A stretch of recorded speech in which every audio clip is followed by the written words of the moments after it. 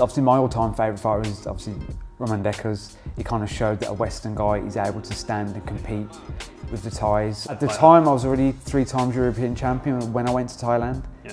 That meant nothing in Thailand. Like the only titles that mean anything in Thailand is Lumpini or Rajanamnan.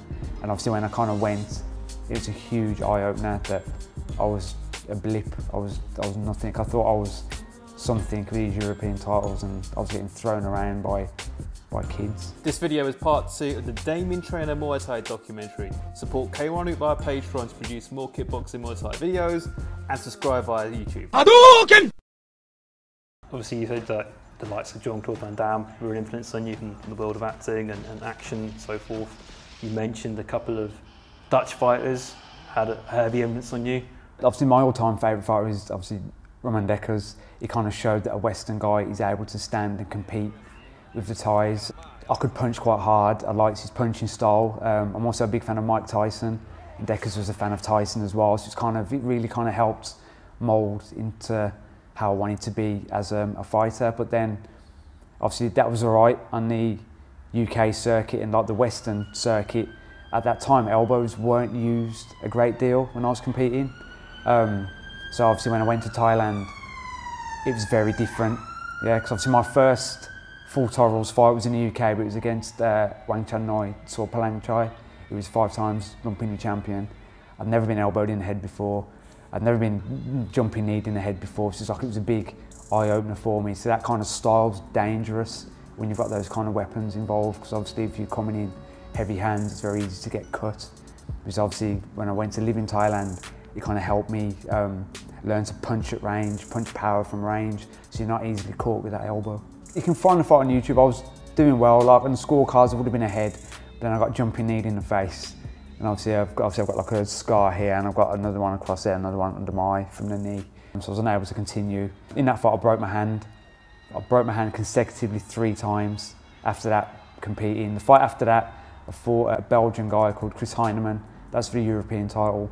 He was trained by Noel van der Heuvel, who was Ramon Dekkers' training partner, so obviously he's very Core Hammer-esque in his style. I won that, but I broke my hand again. Things happen, we all have disappointments, but we can't let these things stop our lives. We have to go on. I was out again for 6 months after that, and then I fought another Dutch guy whose name was Metin Yakut, who was Dutch shoot fighting champion.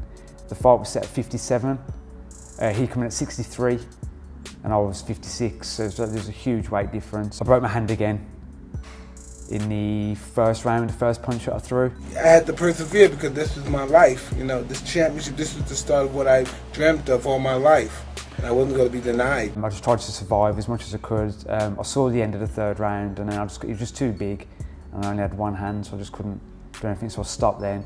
Whatever you want, especially when you're striving to be the best in the world or something, there will always be disappointments. And you can't be emotionally tied to them, because they'll break your spirit. I was out roughly for about a year. Then I come back. Number 1 at the time was Reece Crook. So I fought a warm-up fight, then I fought Reece Crook. Now Damien's skills will be fighting from a distance. You'll see now, this is where Damien actually scores. He took a nice little shovel punch to the midsection there from Damien. Such a good little boxer, Damien.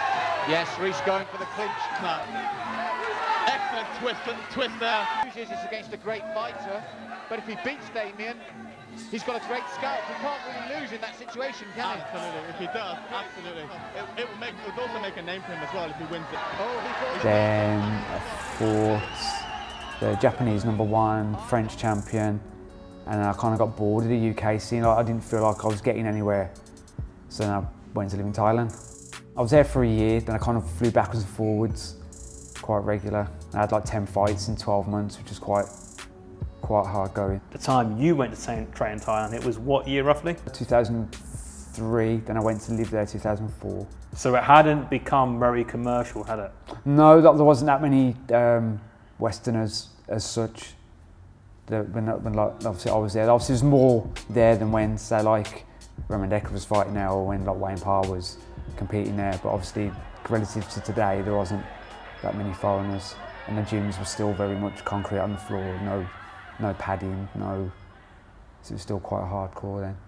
Was there one particular gym that you discovered first and stayed with over the years, or? When I first went as a break, as a holiday, and I was with my mates, and I remember I was walking up one of the soys, and this guy was driving down, he stopped in the middle of the street, shouted over at me and went, "You, boxer!" and then drove off again. And I actually seen him that night in Lumpini Stadium. He come over, give me a card for a gym. And we went to the gym the next day. The gym that I went to was Jitlada, which at the time was run by a Israeli guy called Shuki. And obviously had like a lot of Thai trainers and that there. I got on very well, they were quite impressed with me, and I suggested that it would do well for me to come for a long period. So when you went to stay there for that year, how old would you have been? 24. Obviously, you're 8 years into being professional Muay Thai. At the time, I was already 3 times European champion when I went to Thailand. Yeah. That meant nothing in Thailand. Like, the only titles that mean anything in Thailand is Lumpini or Rajadamnam. And obviously when I kind of went, it was a huge eye-opener that I was a blip. I was nothing. I thought I was something with these European titles, and I was getting thrown around by kids.